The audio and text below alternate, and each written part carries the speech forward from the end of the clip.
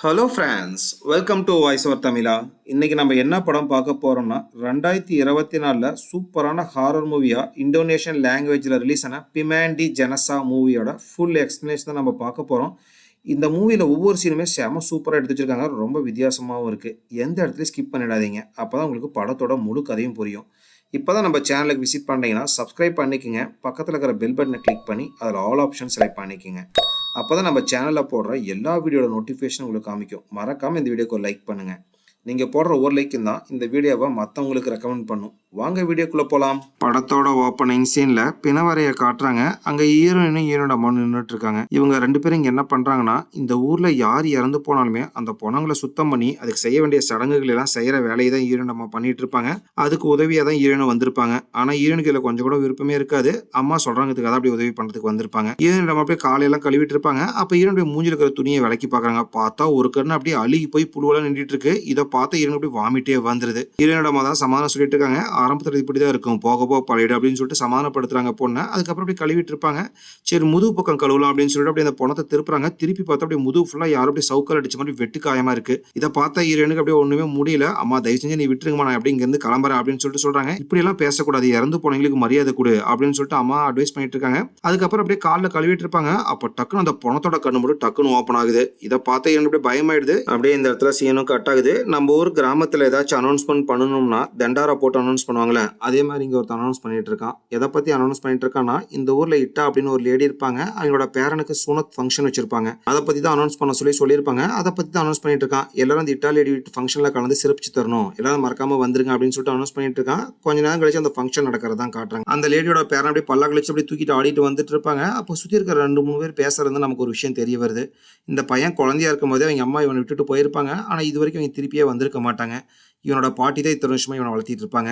ஒரு வீட்டுக்கிட்ட வந்துடுறாங்க. அந்த இட்டாலியடி அங்கே தான் நின்றுட்டு இருப்பாங்க. அப்போ நிறைய பேர் அப்படியே முகமூடி போட்டுலாம் டான்ஸ் ஆடிட்டு இருப்பாங்க. அவங்க அந்த இட்டாலியடி க்ளோஸாக வந்து அப்படியே ஆடிட்டு இருப்பாங்க. இதை பார்த்து அவங்க பயந்துடுறாங்க. வேகமாக வீட்டுக்குள்ளே போயிட்டு இருப்பாங்க. இவங்க இப்படி பயந்து வீட்டுக்குள்ளே போயிட்டு இருக்கிறத ஹீரோட அம்மாவும் பார்த்துருவாங்க. என்னடா இவங்க இதையோ பார்த்து பயந்த மாதிரி இருக்கே அப்படின்னு சொல்லிட்டு அவங்களோட பின்னாடியே ஃபாலோ பண்ணிட்டு வருவாங்க. அந்த அப்படி வீட்டுக்குள்ள வந்து நிற்கிறாங்க. வந்து பார்த்தா ரூஃப்ல அந்த இடத்துல செம பெரிய ஓட்டம் இருக்கும். அதை பார்த்து அப்படியே பயந்து நின்றுட்டு இருப்பாங்க. ஒரு வழியாக ஃபங்க்ஷனும் நல்லபடியாக முடிஞ்சிருது. ஃபங்க்ஷனுக்கு வந்தவங்களாம் அப்படியே ஒருத்தவங்களா கிளம்பிட்டு இருக்காங்க. லாஸ்ட்டாக ஹீரோட அம்மா வந்து லேடிகிட்ட சுட்டு அப்படியே கிளம்பிடுறாங்க. கரெக்டாக அப்போ அந்த இடத்துக்கு ஹீரோயின் வந்துடுறாங்க. அதுக்கப்புறம் அம்மாவும் முன்னாடி ஜாலியாக பேசிட்டு வந்துட்டு இருப்பாங்க. அப்போ ஹீரோனோட அண்ணன் அந்த இடத்துக்கு வந்துடுறான். இவன் என்ன பண்ணிட்டு இருப்பானா, இந்த ஊர்ல சின்ன சின்ன பிளம்பிங் ஒர்க், எலக்ட்ரிஷியன் ஒர்க் எல்லாம் பண்ணிட்டு இருப்பான். அப்படியே 3 பேர் பேசிட்டு வந்துட்டு இருப்பாங்க. அப்போ ஆப்போசிட்ல ஒரு லேடி வராங்க. அதை பார்த்தவன், அம்மா எனக்கு ஒரு வேலை வந்துச்சு, நான் கிளம்புறேன் அப்படின்னு சொல்லிட்டு அங்க இருந்து கிளம்பிடுறான். ஹீரோயினோட அம்மாவும் வீட்டுக்கு வந்துடுறாங்க. வீட்டுக்கு வந்த ஹீரோயினோட அம்மா படுக்க போறதுக்கு முன்னாடி ப்ரேயர் பண்ணலாம் அப்படின்னு சொல்லிட்டு ரெடி ஆகிட்டு இருப்பாங்க. அப்போ அவங்களோட ரூம் ஜன்னல் இருந்து டிக் டிக்னு சத்தம் வர ஆரம்பிக்குது. என்னடா ஜன்னல் இருந்து சத்தம் வருது அப்படின்னு சொல்லிட்டு பயந்துட்டே மூலமா ஜன்னல்ட்ட வந்து அந்த ஸ்கிரீனை விளக்கி பாக்குறாங்க. பார்த்ததுல யாரையுமே காணோம். அதுக்கப்புறம் அந்த அப்படி தொழுக ஆரம்பிச்சிடுறாங்க. அப்பயும் ஜன்னல் இருந்து டிக் டிக்னு சத்தம் வர ஆரம்பிக்குது. என்னதான் ஹீரோட அம்மாவுக்கு பயமா இருந்தாலுமே அது வெளி காட்டாம அப்படியே தொடர்ந்து ப்ரேயர் பண்ணிட்டு இருப்பாங்க. அப்போ அப்படியே அவங்களுக்கு பின்னாடி காட்டுறாங்க. ஒரு பேய் அப்படியே உட்காந்து அவங்கள மாதிரி தொழுதுட்டு இருக்கும். இது ஹீரோனோட அம்மாவுக்கும் தெரியும். இருந்தாலும் பயத்தை வெளியும் காட்டாம திரும்பி பார்க்காம அப்படியே தொடர்ந்து ப்ரேயர் பண்ணிட்டு இருப்பாங்க. அப்ப சடனா ஒரு கை வந்து அவங்க தோள்பட்டியில அப்படியே கூப்பிடுது. யாரா இது அப்படின்னு சொல்லிட்டு பயந்துட்டே திரும்பி பார்ப்பாங்க. பார்த்தா ஹீரோயின் அந்த இடத்துக்கு வந்திருப்பாங்க. ஏண்டி பேய் மாதிரி வந்து பயப்படுத்துற அப்படின்னு சொல்லிட்டு பொண்ணுட சத்தம் போடுறாங்க. இல்லாம சும்மா விளையாட்டுக்கு தான் பண்ணேன், சரி எனக்கு வெளியே மேக்கப் பண்ற வேலைக்கு நான் கிளம்புறேன் அப்படின்னு சொல்லிட்டு ஹீரோயின் சொல்றாங்க. இதை கேட்ட ஹீரோட மக்கள் போய் மூஞ்சி வேற மாதிரி மாற ஆரம்பிக்குது. எதுக்காக இப்படி கோவப்படுவாங்கன்னா, ஹீரோனுக்கு வந்து மேக்கப் ஆர்டிஸ்ட் ஆகணும் ஆசை. ஆனா ஹீரோட அம்மாக்கு தனக்கு பின்னாடி இந்த பணத்தை கழுவுற வேலையை தான் பொண்ணு பண்ணணும் அப்படின்னு சொல்லிட்டு ஆசைப்படுவாங்க. அதுக்காக தான் கோவப்படுறாங்க. ஏண்டி நான் செய்யற வேலை உனக்கு அவ்வளவு கேவலமா இருக்கா அப்படின்னு சொல்லிட்டு கேட்கறாங்க. அப்படிலாம் ஒன்றும் கிடையாதுமா, ஒவ்வொருத்தருக்கும் ஒரு ஆசை இருக்கும். எனக்கு மேக்கப் ஆர்டிஸ்ட் ஆகணும் ஆசை அப்படின்னு சொல்லிட்டு ஹீரோயின் சொல்றாங்க. என்னதான் ஹீரோயின் எவ்வளவுதான் சொன்னாலுமே ஹீரோனோட அம்மாவுக்கு கோவம் வந்துட்டே தான் இருக்கும். இதை பார்த்த ஹீரோனுக்கு கோவம் ஆயிடுது. சரிமா நான் வெளியே போகல அப்படின்னு சொல்லிட்டு கோச்சிட்டு வீட்டுக்குள்ள போயிடுறாங்க. பின்னாடி அம்மாவும் பொண்ணா சமாதானப்படுத்தல அப்படின்னு சொல்லிட்டு வந்துடுறாங்க. அம்மா நான் உன்னை இந்த வேலை செய்யணும்னு சொல்லிட்டு ஃபோர்ஸ் பண்ணல, எனக்கு அப்புறம் இந்த பணத்தை கழுவுற வேலையை சேர்த்து இந்த கிராமத்துல வேற யாருமே கிடையாது, நீ தான் பண்ணணும் அப்படின்னு சொல்லிட்டு ஹீரோனோட அம்மா சொல்றாங்க. ஏமா அதை நான் தான் பண்ணணும், எனக்குன்னு ஒரு ஆசையெல்லாம் இருக்காதா அப்படின்னு சொல்லிட்டு ஹீரோயின் சொல்றாங்க. இல்லம்மா நம்ம பரம்பரையே இந்த வேலையை நாம தான் செஞ்சுட்டு இருக்கோம், எனக்கு அப்புறம் நீ தானே இதை செய்யணும் அப்படின்னு சொல்லிட்டு ஹீரோனோட அம்மா சொல்றாங்க. ஏமா அண்ணன் மட்டும் அவனுக்கு பிடிச்ச எல்லாத்தையும் பண்றான், நான் மட்டும் எனக்கு பிடிச்சதா பண்ணக்கூடாதா? சின்ன வயசுலேருந்து பாட்டி இதே தான் சொல்லி வளர்த்தாங்க. நீயும் விவரம் தெரிஞ்சதுலேருந்து என்னை அந்த பணத்தை கலர் இடத்துக்கு கூட்டிகிட்டு போயிட்டு தான் வந்துட்டு இருக்க. அம்மா எனக்கு மேக்கப் ஆர்டிஸ்ட் ஆகணும் தான் ஆசை அப்படின்னு சொல்லிட்டு ஹீரோயின் திரும்பி அதை தான் சொல்லிட்டு இருப்பாங்க. அப்போ அங்கே இருக்கிற கிளாஸ் டம்ளர் பொத்துன்னு கீழே வந்து உடஞ்சிருது. அது ஹீரோன் அப்படியே சுத்தம் பண்ணிட்டு இருப்பாங்க. அப்போ அங்கே சாப்பாடு மேலே வச்சிருப்பாங்க. அதை எடுத்து ஹீரோட அம்மா ஓப்பன் பண்ணி பார்க்குறாங்க. பார்த்தா உள்ள புழுவெல்லாம் நின்றுட்டு இருக்கு. இதை பார்த்தாங்களே சடனாக என்னாச்சுன்னே தெரியல, டக்குன்னு வேகமாக கிளம்ப ஆரம்பிக்கிறாங்க. இதை பார்த்த ஹீரோயின் அம்மா எங்கே கிளம்புறீங்க அப்படின்னு சொல்லிட்டு கேட்டுட்டு இருப்பாங்க. நீ வீட்டை பூட்டிட்டு பத்திரமா இரு, உங்கள் அண்ணன் வர வரைக்கும் கதவையே திறக்காது அப்படின்னு சொல்லிட்டு சொல்லி கிளம்பிட்டு இருப்பாங்க. வந்து வேகமாக கதவை திறக்கிறாங்க. அப்போ ஒரு அனௌன்ஸ்மெண்ட் பண்றாங்க. காலையில இட்டா அப்படிங்கிற ஒரு லேடி ஃபங்க்ஷன் வச்சிருப்பாங்கல்ல, அந்த லேடி 7 மணிக்கு இறந்து போயிட்டாங்க அப்படின்னு சொல்லிட்டு அனௌன்ஸ்மெண்ட் பண்றாங்க. இத பார்த்த ஹீரோயின் அப்படியே அரண்டே போயிடுறாங்க.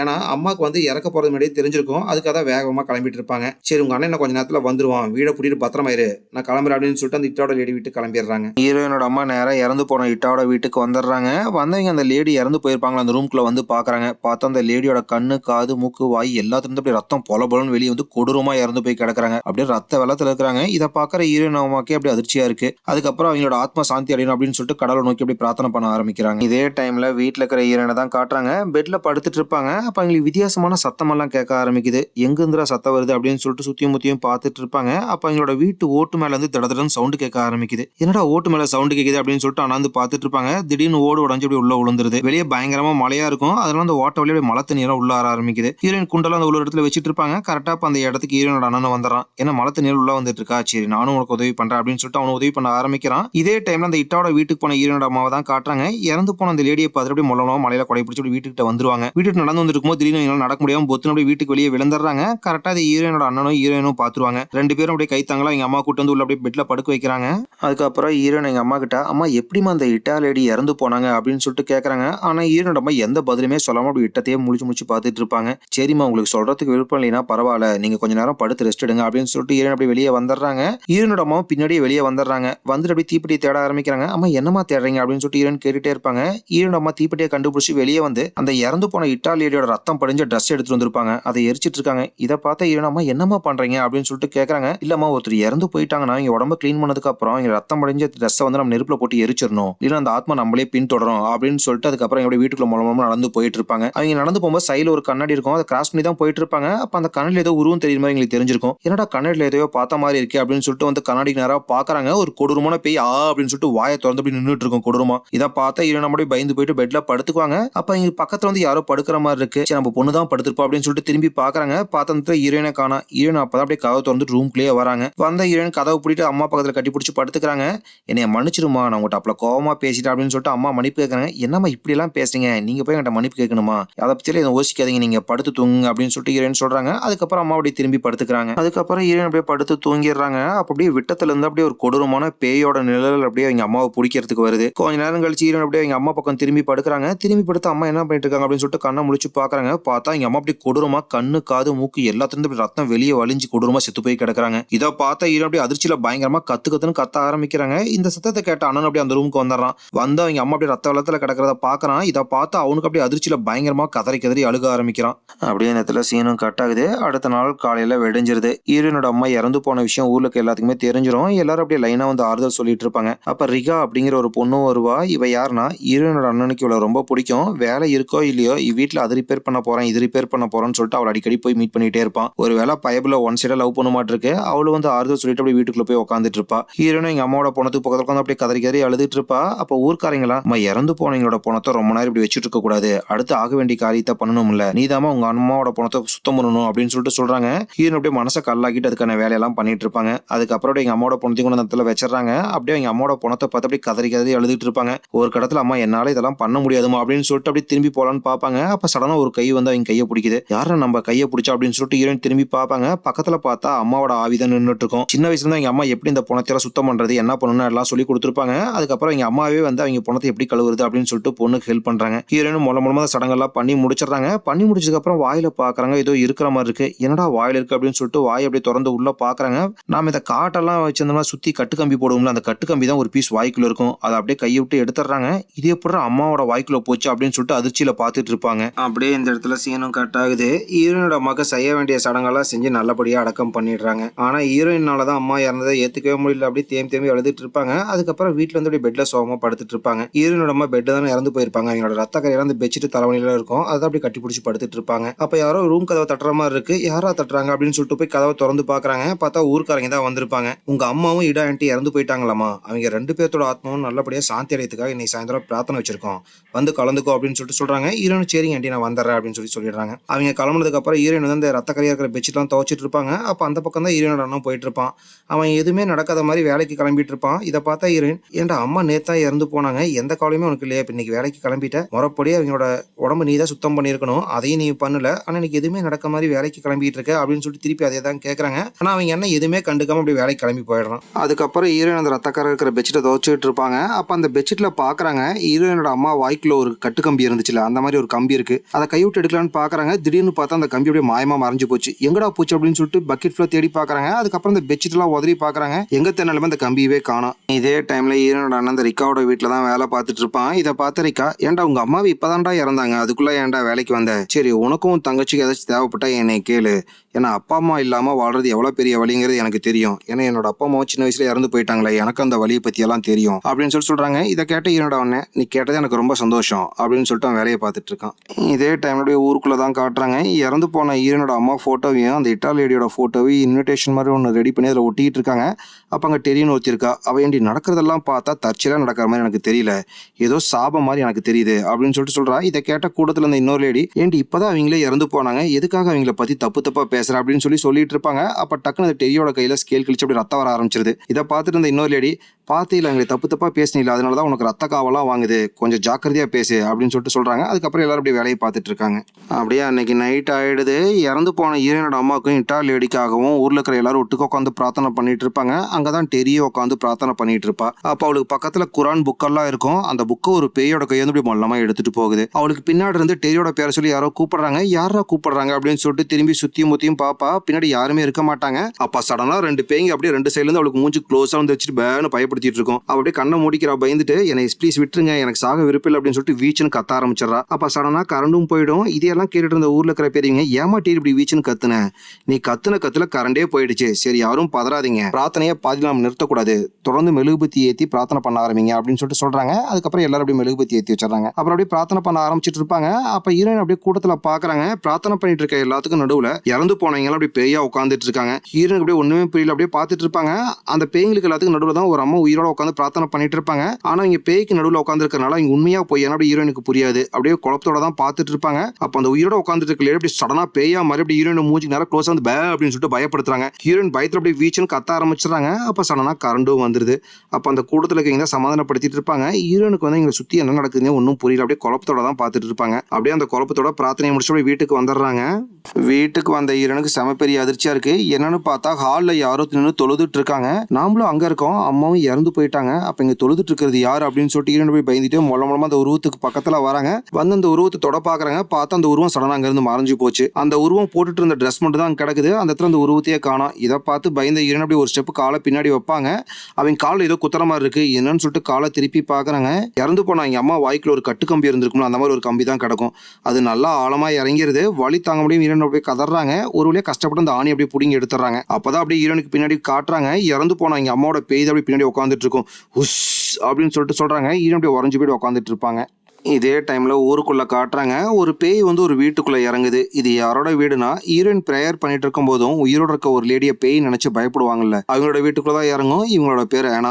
அது மட்டும் இல்ல, ஹீரோயினோட அம்மா இட்டா லேடி, இந்த ஆனா லேடி, இவங்க எல்லாரும் ரொம்ப க்ளோஸ் ஃப்ரெண்ட்ஸ், ஒரே கேங்கை சேர்ந்தவங்க. அவங்க வீட்டில் உட்காந்து எங்க பையன்கிட்ட பேசிட்டு இருக்காங்க. என் ஃப்ரெண்ட்ஸ் ஒவ்வொருத்தரும் இறந்துட்டு இருக்காங்க, அடுத்து எனக்கு என்ன ஆகுங்கிறதே எனக்கு தெரியல, எனக்கு ரொம்ப பயமா இருக்கு, நான் இறந்து போறதை நினைச்சு எனக்கு கவலை கிடையாது, நான் இறந்து போயிட்டுனா எனக்கு அப்புறம் உன்னை யாரு பாத்துக்குவாங்கன்னு நினைச்சதா எனக்கு ரொம்ப கவலையா இருக்கு அப்படின்னு சொல்லிட்டு பையன்கிட்ட பேசிட்டு இருப்பாங்க. அப்ப அப்படியே எங்க பையனுக்கு பின்னாடி பாக்குறாங்க. ஒரு பேய் அப்படியே ஒளிஞ்சு லாங்ல இருந்து எட்டி பார்த்துட்டு இருக்கோம். இதை இவங்களும் பார்த்துருப்பாங்க. அந்த பேயை பத்தி பையன்கிட்ட சொன்னா பையன் பயந்துரும் அப்படின்னு சொல்லிட்டு பையன்கிட்ட நைஸா பேசி அப்படியே அங்க இருந்து அனுப்பிச்சிடுறாங்க. அதுக்கப்புறம் அந்த பேய் அப்படியே ஒளிஞ்சு எட்டி பார்த்துட்டு இருந்துச்சு. அந்த இடத்துல வந்து பாக்குறாங்க. பார்த்ததுல அந்த உருவத்தையே காணோம். அங்க இருக்கிற கபோர்டு மட்டும் ஓப்பன் ஆயிருக்கும். என்னடா கபோர்டு தானா ஓப்பன் ஆயிருக்கு அப்படின்னு சொல்லிட்டு கபோர்டை க்ளோஸ் பண்ணலான்னு கையை கொண்டு போவாங்க. அதுக்குள்ள கபோர்டு தானாவே சடனா மூடிக்குது. என்னடா கபோர்டு தானாவே மூடிக்குச்சு அப்படின்னு சொல்லிட்டு கபோர்டை ஓப்பன் பண்ணலான்னு ட்ரை பண்றாங்க. எவ்வளவுதான் பிடிச்சி இழுத்தாலுமே அவங்களால அந்த கபோர்டை ஓப்பனே பண்ண முடியல. சரின்னு சொல்லிட்டு போய் கையை எடுத்துறாங்க. சடனா பார்த்தா கபோர்டு தானாவே ஓப்பன் ஆகிக்குது. அப்போ அவங்க உள்ள இருக்கிற துணியெல்லாம் பார்க்குறாங்க. அந்த துணிக்கு நடுவில் ஏதோ தெரியற மாதிரி இருக்கு. என்னடா துணிக்கு நடுவில் ஏதோ தெரியற மாதிரி இருக்கு அப்படின்னு சொல்லிட்டு நல்லா உத்து பார்த்துட்டு இருப்பாங்க. சடனா அப்படி உள்ள இருந்து ஒரு எரிஞ்சு போன கை வந்து அப்படி மூஞ்சி பிடிச்சி அப்படி இழுக்க ஆரம்பிக்குது. வழியில கத்த ஆரம்பிக்கிறாங்க. கரெக்டாக அந்த இடத்துக்கு அவங்க பையனும் வந்துடுறான். அதுக்குள்ள ஹீரோனோட அம்மா அந்த இட்டாலியில இறந்து போன மாதிரி கண்ணுக்கு அது மூக்கு வாய் எல்லாத்துலேருந்து அப்படி ரத்தம் வந்து கொடூரமா ரத்தம் கக்கி இறந்து போயிருப்பாங்க பையனோட கண்ணு முன்னாடி. இதை பார்த்தா பையனோட தாங்கவே முடியாது, அப்படி கதறி கதறி அழுதுட்டு இருக்கான். இந்த எனாலிடி இறந்து போன விஷயம் ஊரில் இருக்கிற எல்லாத்துக்குமே தெரிஞ்சிருக்கும். சரி இந்த பணத்தை சுத்தம் பண்ணணும்ல, அதுக்காக ஹீரோனோட வீட்டு கதை வந்து ஊரில் இருக்கிற பெரியவங்களாம் தட்டி கூப்பிடுறாங்க. எவ்வளோதான் தட்டினாலுமே ஹீரோன் கதவையே திறக்க மாட்டேங்கிறாங்க. அப்போ ஹீரோனோட அண்ணா அப்படியே வேலையை முடிச்சு வீட்டுக்கு வந்திருப்பான். என்னப்பா உன் தங்கச்சி இப்படி பண்ணுறான், நிலைமையை புரிய வச்சு கொஞ்சம் அவளை வர சொல்லு அப்படின்னு சொல்லிட்டு சொல்கிறாங்க. ஹீரோன் அப்படியே உள்ளே போகிறான். உள்ளே போயிட்டு அந்த எனாலேடி இறந்து போன விஷயத்தெல்லாம் தங்கச்சிட்ட சொல்கிறான். நீ தான் அந்த எனாலேடியோட உடம்பு சுத்தம் பண்ணி தரணும் அப்படின்னு சொல்லிட்டு சொல்கிறான். இதை கேட்ட ஹீரோன், என்னாலாம் இனிமேட்டு பண்ண முடியாது, எனக்கு ரொம்ப பயமாக இருக்குது அப்படின்னு சொல்லிட்டு ஹீரோன் சொல்கிறாங்க. நேற்று அம்மாவோட உடம்பு நீ தானே தனியாக சுத்தம் பண்ண, இப்போ மட்டும் ஏன் இப்படி சொல்கிற அப்படின்னு சொல்லிட்டு அண்ணன் கேட்குறான். டே நான் தனியாக சுத்தம் பண்ணதுனால தானே எனக்கு பயமாக இருக்குது, இதுக்கப்புறம்லாம் நான் எந்த பொண்ணத்தையும் சுத்தம் பண்ணி தர மாட்டேன் அப்படின்னு சொல்லிட்டு ஹீரோன் அப்படியே ரூம்குள்ளே போய் கதவை சாத்திக்கிறாங்க. எவ்வளோதான் தட்டினாலும் கதவை திறக்கவே மாட்டேங்கிறாங்க. அப்படி ரூம்குள்ளே படுத்துட்டு இருப்பாங்க. கொஞ்ச நேரம் கழிச்சு இறந்து போன எனாலேடியோட பையன் அந்த இடத்துக்கு வரான். வந்துட்டு அப்படியே ஹீரோட ரூம் கதவை டம்மு டம்முன்னு தட்டுறான். ப்ளீஸ் எங்கள் அம்மாவோட உடம்பு நீ சுத்தம் பண்ணி தா, அப்போ எங்கள் அம்மாவுக்கு செய்ய வேண்டிய சடங்குகளை எனக்கு நல்லபடியாக செய்ய முடியும் அப்படின்னு சொல்லிட்டு எவ்வளோ தட்டி தட்டி கூப்பிடுவான். ஆனால் ஹீரோன் எந்த ரெஸ்பான்ஸும் பண்ணாமல் அப்படியே ரூம்குள்ளேயே படுத்துட்டு இருப்பாங்க. இதை பார்த்துட்டு இந்த ஊரில் இருக்க பெரியவங்க எல்லாருமே சரி இவ வழினா என்ன பக்கத்தூரில் வந்து சுத்தம் பண்ணுறவங்களை கூப்பிடலாம் அப்படின்னு சொல்லிட்டு சொல்கிறாங்க. இதை கேட்டுட்டு இருந்த கூட்டத்தில் இருந்த இன்னொருத்தர், அதுக்கெல்லாம் நமக்கு நேரம் கிடையாது, எப்படியாச்சும் இவளை கன்வின்ஸ் பண்ணி இவ்வளோ தான் அதை பண்ண வைக்கணும் அப்படின்னு சொல்லிட்டு சொல்லிட்டு இருப்பாங்க. கரெக்டாக அந்த இடத்துக்கு ஒரு போலீஸ்காரர் வராரு. வந்த போலீஸ்காரரு, இந்த ஊரில் இதோட சேர்த்து 3 பேர் மர்மமாக இறந்து போயிருக்காங்க, எனக்கு இந்த சாவில் சந்தேகமாக இருக்குது, அதனால இறந்து போனவங்களோட உடம்பை நான் பார்க்கணும் அப்படின்னு சொல்லிட்டு கேட்குறாரு. கரெக்டாக அந்த இடத்துக்கு இறந்து போன லேடியோட பையன் வந்துடுறான். நான் எங்கள் அம்மாவோட பணத்தை உங்களை பார்க்க அலோவ் பண்ண மாட்டேன், ஏன்னா எங்கள் அம்மா இறக்கும் போது நான் அந்த இடத்துல நான் தான் இருந்தேன், இந்த சாவுக்கு வேறு யாருமே காரணம் கிடையாது, அதனால உங்களை பார்க்க விட மாட்டேன் அப்படின்னு சொல்லிட்டு அவன் அங்கேருந்து போயிடுறான். அப்படியே அந்த இடத்துல சீனா கட் பண்ணி ஹீரோயினை தான் காட்டுறாங்க. வீட்டில் அப்படியே நிம்மதியாக படுத்துட்டு இருப்பா. அப்போ அவரோட கண்ணுக்கு மட்டும் ஒரு பேய் தெரிய ஆரம்பிக்குது. எனக்கு உதவி பண்ணு அப்படின்னு சொல்லி திருப்பி இந்த பேய் கேட்டுகிட்டே இருக்கு. அவள் பயத்தில் கண்ணை மூடிக்கிறா. கண்ணை மூணுவா அப்படியே கொஞ்ச நேரம் கழிச்சு கண்ணை முடிச்சு பார்க்குறா. அப்பா பேய் போயிடுச்சு அப்படின்னு சொல்லிட்டு திரும்பி பார்த்தா பக்கத்தில் தான் பேய் நின்றுட்டு இருக்கும். அப்படியே கொடூரமாக பக்கத்தில் அப்படியே மூஞ்சி காமிட்டு எனக்கு உதவி பண்ணு அப்படின்னு சொல்லிட்டு திருப்பி அதை தான் கேட்டுட்டு இருக்கோம். ஹீரோயின் பயத்தில் அப்படியே பயந்துட்டு வெளியே வேகமாக ஓடி வந்துடுறா. கரெக்டாக அந்த இடத்துக்கு ஹீரோனோட அண்ணனும் வந்துடுறான். திருப்பி அவன் ஹீரோயின்ட்ட ஆனாவோட உடம்பு நீ தான் கழுவி சுத்தம் பண்ணி கொடுக்கணும் அப்படின்னு சொல்லிட்டு கேட்குறான். சரி எப்படி அந்த லேடி இறந்து போனாங்க அப்படின்னு சொல்லிட்டு ஹீரோயின் கேட்குறாங்க. எப்படி நம்ம அம்மாவும் இட்டா ஆண்டி இறந்து போனாங்களோ அதே மாதிரி தான் ரத்தங்கி இறந்து போனாங்க அப்படிங்கிற விஷயத்தெல்லாம் சொல்கிறான். இதை கேட்டோன்னே ஹீரோனுக்கு அப்படியே ரொம்ப பதட்டமாக இருக்குது. அப்புறம் அவசரமாக கிளம்பி அந்த லேடியோட வீட்டுக்கு போகிறாங்க. கரெக்டாக அந்த இடத்துல வெளியே தான் அந்த லேடியோட பையன் நின்றுட்டு இருப்பான். நாங்கள் எல்லாரும் உங்களுக்காக தான் காத்துட்டு இருக்கோம், வந்ததுக்கு ரொம்ப நன்றி அப்படின்னு சொல்லிட்டு சொல்கிறான். ஹீரோயின் சரின்னு சொல்லிட்டு அந்த அம்மாவோட பணத்தை வச்சிருக்க ரூம்க்கு அப்படியே பயந்துக்கிட்டே மூலமாக நடந்து வராங்க. அப்படியே பயந்துகிட்டே தான் பக்கமாக நடந்து வந்துகிட்டு இருப்பாங்க. சடனாக துணிக்குள்ள இருந்த கை டக்குன்னு வந்து அப்படியே ஹீரோயின் மேலே போடும். அப்படியே ஹீரோனுக்கு ஒரு நிமிஷம் அப்படியே தூக்கி வாரி போட்டுருது. அதுக்கப்புறம் அப்படியே அந்த கையை தூக்கி அப்படியே உள்ள ஓரமாக வச்சுட்டு அப்படியே மூலமாக அப்படியே முகத்துட்டு இருக்க துணியை வந்து விளக்குறாங்க. விளக்கிட்டு எங்கள் அம்மாவோட வாய்க்குள்ள ஒரு கம்பி இருந்துச்சுல்ல, அந்த மாதிரி கம்பி இருக்கான்னு சொல்லிட்டு அப்படியே வாயை திறந்து பார்க்குறாங்க. பார்த்ததுல அந்த கம்பியே காணும். அதுக்கப்புறம் அப்படியே தண்ணியெல்லாம் ஊற்றி கழுவி அந்த சடங்கெல்லாம் அப்படியே பண்ணிட்டு இருப்பாங்க. சடனாக அப்படியே அந்த பொண்ணை டக்குன்னு எந்திரிச்சு உட்காருது. ஒரு செகண்ட் ஹீரோன் அப்படியே செமையாக தூக்கி வாரி போட்டுருது. அதுக்கப்புறம் அந்த பொண்ணை அப்படியே வயிற்ற தட்டி காமிச்சிட்டு இருக்கு. என்னடா வயிற்று அந்த பொண்ணை தட்டி காமிக்குது அப்படின்னு சொல்லிட்டு அப்படியே தைரியத்தை வர வச்சுட்டு அப்படியே துணியை விளக்கி பார்க்குறாங்க. பார்த்தா ஹீரோயின் தேடி வந்த கம்பி அந்த வயிற்றுல தான் இருக்கும். அதுக்கப்புறம் அப்படியே அந்த கம்பியை பிடிச்சி அப்படியே மூலமாக இழுக்க ஆரம்பிக்கிறாங்க. அந்த கம்பியோட சேர்ந்து அப்படியே குடல் நரம்பு எல்லாம் அப்படியே பிஞ்சிட்டு வெளியே வருது. ஒரு வழியாக அப்படியே கம்பி பிடிச்சி எடுத்துறாங்க. எடுத்துக்கப்புறம் அந்த பொண்ணை மறுபடியும் பொத்துன்னு படுத்துருது. ஆனால் படுத்த பொணத்தோட கண்ணு மட்டும் அப்படியே திறந்துகிட்டே இருக்கு. ஈரன் அப்படியே சாமி நினைச்சு பிரார்த்தனை பண்ணிட்டு மறுபடியும் கண்ணை அப்படியே மூடிக்கிட்டே இருப்பாங்க. ஆனால் கண்ணு அப்படியே திறந்துகிட்டே தான் இருந்துட்டு இருக்கும். ஒரு கட்டத்தில் டக்குன்னு அந்த பொண்ணை அப்படியே ஈரன் அப்படியே மூஞ்ச பக்கத்தில் இழுத்து பிடிச்சி எனக்கு உதவி பண்ணு அப்படின்னு சொல்லிட்டு இருக்கோம். அதுக்கப்புறம் அப்படியே நார்மலாக அந்த பொண்ணை படுத்துருது. அதுக்கப்புறம் ஈரன் அப்படியே வழக்கம் போல செய்ய வேண்டிய எல்லா சடங்குகளையும் செஞ்சு முடிச்சிடுறாங்க. செஞ்சு முடிச்சதுக்கப்புறம் ஊர் மக்கள்லாம் நல்லபடியாக அவங்களோட உடம்பை எடுத்துகிட்டு போயிட்டு சுடுகாட்டில் அடக்கம் பண்ணிடுறாங்க.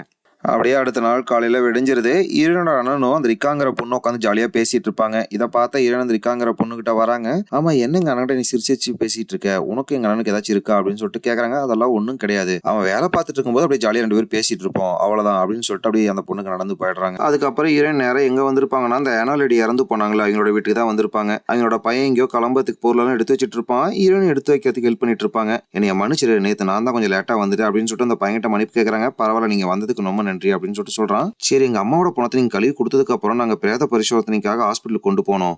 செக் பண்ண டாக்டருக்கு எங்க அம்மா எப்படி இறந்து போனாங்கிற விஷயம் தெரியல. அது மட்டும் இல்லாம எங்க அம்மா இறந்து போகும்போது நான் அதுல இருந்தேன், வேற யாருமே அங்க கிடையாது, அவங்க எப்படி இறந்தாங்கிறது என்னால கண்டுபிடிக்கவே முடியல அப்படின்னு சொல்லி பேசிட்டு இருப்பான். ஆமா எங்க அம்மா சொன்ன ஒரு விஷயம் இப்பதான் எனக்கு ஞாபகம் வருது அப்படின்னு சொல்லிட்டு சொல்றான். என்ன விஷயம் அப்படின்னு சொல்லிட்டு ஹீரோயின் கேக்குறாங்க. எங்க அம்மா இறந்து போறது கொஞ்ச நேரத்துக்கு முன்னாடி என்கிட்ட பேசிட்டு இருந்தாங்க, அப்ப நூறுங்கிற ஒரு லேடியை பத்தி சொன்னாங்க அப்படின்னு சொல்லிட்டு சொல்றான். சரி அந்த லேடியை பத்தி உனக்கு ஏதாச்சும் தெரியுமா அப்படின்னு சொல்லிட்டு ஹீரோயின் கேக்குறாங்க. அவன் ஒரு ஆல்பத்தை எடுக்கிறான். அந்த ஆல்பத்தில் பார்த்தா ஹீரோனோட அம்மா அப்புறம் இவனோட அம்மா இன்னும் சில பேர்லாம் உட்காந்து கார்டனில் ஃபோட்டோ எடுத்துகிட்டு இருந்திருப்பாங்க சின்ன வயசில். அந்த ஃபோட்டோ ஆல்பத்தை தான் அப்படியே காமிச்சிட்டு இருப்பான். சரி இதில் யார் அந்த நூறுங்கிற லேடி அப்படின்னு சொல்லிட்டு ஹீரோயின் கேட்குறாங்க. இந்த களத்தை திருப்பிட்டு இருக்காங்களே இவங்க தான் நூறுங்கிற லேடி அப்படின்னு சொல்லிட்டு அந்த பையன் சொல்கிறான். சரி இவங்களை பற்றி உனக்கு வேறு ஏதாச்சும் தெரியுமா அப்படின்னு சொல்லிட்டு கேட்குறாங்க. இந்த லேடி பற்றி எனக்கு அவ்வளோக்கு தெரியாது, ஆனால் இந்த லேடி ரொம்ப மோசமானவங்க அப்படிங்கிறத நான் கேள்விப்பட்டிருக்கேன். மெத்தங்களோட புருஷங்க மேலே ஆசைப்படுவாங்க அப்படிங்கிற விஷயத்தெல்லாம் ஊர் மக்கள் பேசி நான் கேட்டிருக்கேன், இவ்வளோதான் எனக்கு தெரியும் அப்படின்னு சொல்லிட்டு அவன் அங்கேருந்து கிளம்பிடுறான். அவன் போன அந்த கேப்பில் ஹீரோன் அந்த ஆல்பத்திலிருந்து ஒரு ஃபோட்டோ சுட்டு அப்படியே வெளியே நடந்து வருவாங்க. வரப்ப அப்படி திரும்பி அவனோட வீட்டை பாக்குறாங்க. இவங்க வீட்டுல இப்படி சீலிங்ல வந்து அந்த கூரை உடஞ்சிருந்துச்சு. அதே மாதிரி அவன் வீட்லயும் ஓட்டை இருக்கு. அதை அப்படியே பார்த்துட்டு இருப்பாங்க. கரெக்டா அந்த இடத்துக்கு அந்த தெரியுங்கிற லேடியும் வராங்க. வந்து ஹீரோனுக்கு அப்படியே காதுகிட்ட க்ளோஸா பேச ஆரம்பிக்கிறாங்க. எனக்கு என்னமோ இந்த 3 சவம் தற்செயலா நடந்த மாதிரி தெரியல. இது 3 சவமே ஒரே மாதிரி நடந்திருக்கு. எனக்கு என்னமோ இது சாபமா இருக்குன்னு சொல்லிட்டு நினைக்கிறேன் அப்படின்னு சொல்லிட்டு அவங்க வந்து அப்படியே கிளம்பி போயிடுறாங்க. அப்படியே நைட் ஆயிடுது. ஹீரோயின் யாருக்குமே தெரியாம கையில டார்ச் லைட் எடுத்துட்டு அப்படியே சுடுகாட்டுக்கு தான் வந்திருப்பாங்க. வந்தவங்க அந்த இட்டாங்கிற லேடியோட கல்லறையை தேட ஆரம்பிக்கிறாங்க. கண்டுபிடிச்சதுக்கு அப்புறம் அந்த கல்லறையை தோண்ட ஆரம்பிக்கிறாங்க.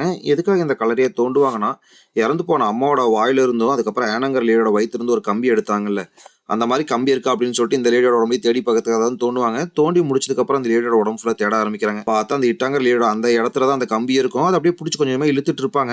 அப்ப ஹீரோனை சுத்தி அப்படியே கணக்கே இல்லாம எக்கச்சக்கமான பேய்ங்க அப்படியே ஜங்கு ஜங்குன்னு அப்படியே குதிச்சிட்டு இருக்கு. இதை பார்த்து அரண்டு போன ஹீரோன் இந்த கம்பி எடுத்துட்டு வேகமா அங்க இருந்து குழியை கூட மூடாம அப்படியே தலை தெறிக்க ஓட ஆரம்பிச்சிடுறாங்க. அப்படியே அடுத்த நாள் காலையில வெடிஞ்சிருது. வெடிஞ்சதுக்கு அப்புறம் மைக்கில் அனௌன்ஸ் பண்றாங்க, இறந்து போன இட்டா லேடியோட கல்லறை யாரோ தொந்தரவு பண்ணிருக்காங்க, அந்த பணத்தை வெளியே எடுத்திருக்காங்க அப்படிங்கிற விஷயத்தெல்லாம் அனௌன்ஸ் பண்ணிட்டு இருக்காங்க. இதே டைம்ல ஹீரோனை காட்டுறாங்க. ஹீரோயின் யாருக்குமே தெரியாம அந்த இட்டாலியோட வீட்டுக்கு தான் வந்திருப்பாங்க. வந்தவங்க அங்க இருக்கிற ஆல்பம் எல்லாம் தேடி பார்த்துட்டு இருப்பாங்க. நூறோட போட்டோ இருக்கா அப்படின்னு சொல்லிட்டு ஒரு வழியா அந்த போட்டோவை கண்டுபிடிச்சு எடுத்துறாங்க. கரெக்டா அந்த இடத்துக்கு டுடி அப்படிங்கிற ஒரு பொண்ணு வரா. ஆமா நீங்க என்ன பண்ற அப்படின்னு சொல்லிட்டு ஹீரோயின்ட்ட கேக்குறாங்க. ஹீரோயின் அந்த போட்டோ காமிச்சு இதுல 100 லேடி இருக்காங்களா, இவங்களை பத்தி உனக்கு ஏதாச்சும் தெரியுமா அப்படின்னு சொல்லிட்டு கேக்குறாங்க. அவ பேரை கூட நீ சொல்லக்கூடாது அப்படின்னு சொல்லிட்டு சொல்றாங்க. ஏன் அப்படின்னு சொல்லிட்டு ஹீரோயின் கேக்குறாங்க. இவ ரொம்ப மோசமானவ, நிறைய குடும்பத்தை கெடுத்தவ, நிறைய பேர்த்தோட புருஷங்க மேல ஆசைப்பட்டு அவங்களோட வாழ்க்கையே கெடுத்து வைவ, இவ உன் குடும்பத்தை கூட விட்டு வைக்கல, அதனாலதான் நீ பிறந்ததுக்கு அப்புறம் உங்க அப்பாவை நீ உன்னால பார்க்கவே முடியல அப்படின்னு சொல்றாங்க. அப்போ அவளுக்கு பயங்கரமான சத்தம் கேட்க ஆரம்பிக்குது. அப்படியே வலி தாங்க முடியாம கதற ஆரம்பிக்கிறா. உடம்புல இருக்கிற தோல்லாம் அவளை அப்படி பிச்சுட்டு இருப்பா. இதை பார்த்த ஹீரோயின் டுடி உனக்கு என்னடி ஆச்சு அப்படின்னு சொல்லிட்டு கேட்டுட்டு இருப்பாங்க. அப்ப ஹீரோனை யாரோ கூப்பிடுறாங்க. யாரா கூப்பிடுறாங்க அப்படின்னு சொல்லிட்டு ஹீரோயின் திரும்பி பார்ப்பாங்க. பார்த்தா அப்பதான் டுடி அந்த இடத்துக்கு வந்துட்டு இருப்பா. அப்ப நம்ம இவ்வளவு யார்கிட்ட பேசிருந்தோம் அப்படின்னு சொல்லிட்டு ஹீரோயின் தெரியாம முடிச்சிட்டு இருப்பாங்க. அதுக்கப்புறம் அவகிட்ட கேட்ட எல்லாமே இந்த டுடிங்கிற பொண்ணுகிட்ட கேட்கறா. ஆனா அந்த டுடிங்கிற பொண்ணு அதுக்கான பதில சொல்லாம, நேத்து நைட்டு யாரோ ஒருத்தங்க அந்த இட்டாலியோட கல்லறையை தோண்டிட்டு இருந்தாங்க, அதை நான் பார்த்தேன், வாங்கி இருக்கிறது நல்லது கிடையாது அப்படின்னு சொல்லிட்டு ஹீரோயின் அங்க வந்து கூட்டிட்டு போயிடுறாங்க. இதே டைம்ல ஹீரோயின் அண்ணனை காட்டுறாங்க. வேலையெல்லாம் முடிச்சுட்டு வீட்டுக்கு வரான். வந்து பார்த்தா வீட்டுல அங்கங்க சேரும் சகதியுமா இருக்கு. அந்த சேரும் சகதி அப்படியே ஃபாலோ பண்ணிட்டே போறான். பார்த்தா அங்க இருக்கிற கட்டிலுக்கடியில நேற்று நைட்டு ஹீரோன் அந்த குழி தோன்றதுக்கு யூஸ் பண்ண மம்முட்டி இருக்கும். அதை பார்த்தோன்னே இவனுக்கு வந்து நம்ம தங்கச்சி தான் நேற்று அந்த கல்லறையை தோண்டிருக்கா அப்படிங்கிற விஷயம் அவனுக்கு தெரிஞ்சது. கரெக்டாக அந்த இடத்துக்கு ஹீரோனும் வந்துடுறாங்க. எதுக்காக அந்த இட்டாலியோட கல்லறையை நைட்டு தோணுன அப்படின்னு சொல்லிட்டு ஹீரோட அண்ணன் கேட்கறான். அதுக்கப்புறம் தான் ஹீரோயின் நடந்த எல்லா விஷயத்தையும் சொல்ல ஆரம்பிக்கிறாங்க. நம்ம வீட்டில் எப்படி கூரை உடஞ்சிருந்துச்சோ அதே மாதிரி அவங்க வீட்லையும் கூரை உடஞ்சிருந்துச்சு. நான் அம்மாவோட வாயிலிருந்து இந்த கம்பி எடுத்தேன், அதே மாதிரி அவங்களோட உடம்பு வந்து நான் கம்பி எடுத்தேன் அப்படிங்கிறதெல்லாம் ஹீரோயின் சொல்றாங்க. இவங்க 3 பேர்த்தோட சாவும் எதாச்சியா நடந்தது கிடையாது. இவங்க 3 பேருமே ஏதோ சாபத்தால சபிக்கப்பட்டிருக்காங்க அப்படிங்கிற விஷயத்தான் அண்ணன்கிட்ட சொல்லிட்டு இருப்பாங்க. இதை எல்லாத்தையுமே ஜன்னலை திறந்து தெரியுங்க லேடி கேட்டுருவாங்க. அவங்க ஊருக்குள்ள ஒரு கடை வச்சிருப்பாங்க. அந்த கடைக்கு வந்துடுறாங்க. அந்த கடைக்கு வந்து போற எல்லாத்துட்டையுமே இந்த விஷயத்த பரப்ப ஆரம்பிக்கிறாங்க. அந்த 3 பேர் இறந்ததுக்கு காரணம் ஏதோ சாபமாமா அப்படின்னு சொல்லிட்டு பரப்பிட்டு இருப்பாங்க. இதை கேட்டா 3 பேர் ஹீரோட அண்ணன் ஒரு பொண்ணு பின்னாடி சுத்திட்டு இருப்பான்ல, அவட்ட வந்து சொல்ல ஆரம்பிக்கிறாங்க. இந்த ஊர் ஏதோ சாபத்தால சபிக்கப்பட்டிருக்கு. இந்த ஊர்ல இதுக்கு முன்னாடி 100ன்னு ஒரு பொண்ணு இருந்திருக்காங்க. அவங்க நிறைய பேர்த்து வீட்டுக்கு வேலைக்கு போறோன்னு சொல்லிட்டு அவங்களோட புருஷங்களை கட் பண்ணி அந்த குடும்பத்துக்கே துரோகம் பண்ணியிருக்கா. அதனாலதான் இந்த ஊர்ல இருக்கிற நிறைய பேர் விதவியா இருக்காங்க அப்படிங்கிறதெல்லாம் சொல்லிட்டு இருப்பாங்க. இதை கேட்ட அந்த பொண்ணு, என் புருஷன் எனக்கு துரோகம் பண்ணிட்டானா அதுக்கு காரணம் என் புருஷன் தான், அதுக்காக இப்படி இன்னொரு லேடி காரணம் ஆவாங்க அப்படின்னு சொல்லிட்டு அவங்க வந்து கிளம்பி போயிடுறா. அப்படியே அன்னைக்கு நைட் ஆயிடுது. ஹீரோன் இந்த தெரி லேடியை பார்க்க வராங்க. எதுக்காக நீங்க 100 பத்தி தப்பு தப்பா இந்த ஊருக்குள்ள வகந்தியா பரப்பிட்டு இருக்கீங்க அப்படின்னு சொல்லிட்டு ஹீரோயின் கேட்கறாங்க. நீ தாண்டி உன் அண்ணங்கிட்ட உன் ஆயால வந்து இந்த 100 பத்தி சொல்லிட்டு இருந்த, அது மட்டும் இல்லாம நீ சுட்டி கிட்ட வந்து 100 பத்தி விசாரிச்சதெல்லாம் எனக்கு தெரியாதுன்னு நினைச்சிட்டு இருக்கியா? நீ சொன்னதை தான் நான் சொன்னேன், நான் ஒன்றும் தப்பா பேசலையே அப்படின்னு சொல்லிட்டு இருப்பாங்க. கரெக்டா அந்த இடத்துக்கு ஒரு போலீஸ்காரன் வரான். ஏய் டெரி, எதுக்காக நீ 100 பத்தி தப்பு தப்பா ஊருக்குள்ள வகந்தியா பரப்பிட்டு இருக்க? அவ தான் இறந்து பல வருஷம் ஆச்சு, எதுக்காக அவளை பத்தி பேசிட்டு இருக்க இப்ப அப்படின்னு சொல்லிட்டு சொல்றாரு. இதை கேட்ட ஹீரோயின், என்ன 100 இறந்துட்டாங்களா அப்படின்னு சொல்லிட்டு கேக்குறாங்க. ஆமா, அவ இறந்து பல வருஷம் ஆச்சு. அவ இந்த ஊர்ல விதவையா தான் ஒரு குழந்தையோட வாழ்ந்துட்டு இருந்தா. அப்புறம் திடீர்னு என்னாச்சுன்னு தெரியல, ஒரு நாள் அவர் தற்கொலை பண்ணி இறந்து போயிட்டா அப்படிங்கிறதெல்லாம் சொல்றாரு. சரி நான் வரேன் அப்படின்னு சொல்லிட்டு கிளம்புறாரு. இதை கேட்ட ஹீரோயின், சரி 100 இறந்துட்டாங்க, அவங்களுக்கு ஒரு குழந்தை இருந்துச்சுன்னு சொன்னீங்களா, அவங்களுக்கு என்னாச்சு அப்படின்னு சொல்லிட்டு கேட்கறாங்க. நீ தேவையில்லாத விஷயத்தெல்லாம் மூக்க நுழைச்சிட்டு இருக்க, இதை பத்தி உனக்கு வேற ஏதாச்சும் விஷயம் தெரிய வந்துச்சுன்னா என்கிட்ட ஃபர்ஸ்ட் சொல்லு அப்படின்னு சொல்லிட்டு அந்த போலீஸ்காரங்க அங்க இருந்து கிளம்பிடுறாரு. அதுக்கப்புறம் ஹீரோயின் டெரியை பார்க்கலாம் அப்படின்னு சொல்லிட்டு வீட்டுக்குள்ள வராங்க. வந்து பார்த்தா டெரியோட உடம்புக்குள்ள 100ஓட ஆவி வந்திருக்கும். லீலா எனக்கு உதவி பண்ணு லீலா, இந்த ஊர்ல இருக்கிற எல்லாருமே என்னை பத்தி தப்பு தப்பா பேசுறாங்க. அடுத்த புருஷன் மேல ஆசைப்படுறவ, அதுக்கப்புறம் அந்த குடும்பம் அழிஞ்சதுக்கு நான் தான் காரணம் அப்படின்னு சொல்லிட்டு தப்பு தப்பான வகந்தியெல்லாம் பரப்பிட்டு இருக்காங்க. உனக்கு உண்மை என்னன்னு தெரியணுமா அப்படின்னு சொல்லிட்டு அந்த பேய் அப்படியே கேட்கும். ஆமா எனக்கு உண்மை தெரியணும் அப்படின்னு சொல்லிட்டு ஹீரோயின் சொல்றாங்க. அதுக்கப்புறம் சடனா என்ன ஆச்சுன்னு தெரியல, அப்படியே ஆக்ரோஷமா அந்த பேய் அப்படியே மாற ஆரம்பிக்குது. உண்மை உனக்கு தெரியணுமா, ஒழுங்கு இந்த ஊர் விட்டு வெளியே போ, செத்துப்போ அப்படின்னு சொல்லிட்டு ஹீரோட காலத்தை பிடிச்சி அப்படி நெரிக்க ஆரம்பிக்குது. ஒரு கடத்துல அப்படியே பிடிச்சி தள்ளி விட்டுறாங்க. கீழே வந்ததுக்கு அப்புறம் லீலா எனக்கு உதவி பண்ணு லீலா அப்படின்னு சொல்லிட்டு திருப்பி அதை தான் கேட்டுட்டு இருப்பாங்க. ஆனா ஹீரோயின் நம்ப மாட்டேங்கிறாங்க. கண்டிப்பா நீ ஏதாச்சும் பண்ணிருப்பா அப்படின்னு சொல்லிட்டு சொல்றாங்க. உடனே இந்த பேய் அப்படியே உடம்பு விட்டு வெளியே போயிடுது. தெரிய அப்படியே மயக்க மட்டும் பொத்துன்னு விழுந்துடுறாங்க. அதுக்கப்புறம் ஹீரோயின் அப்படியே வீட்டுக்கு வந்துடுறாங்க.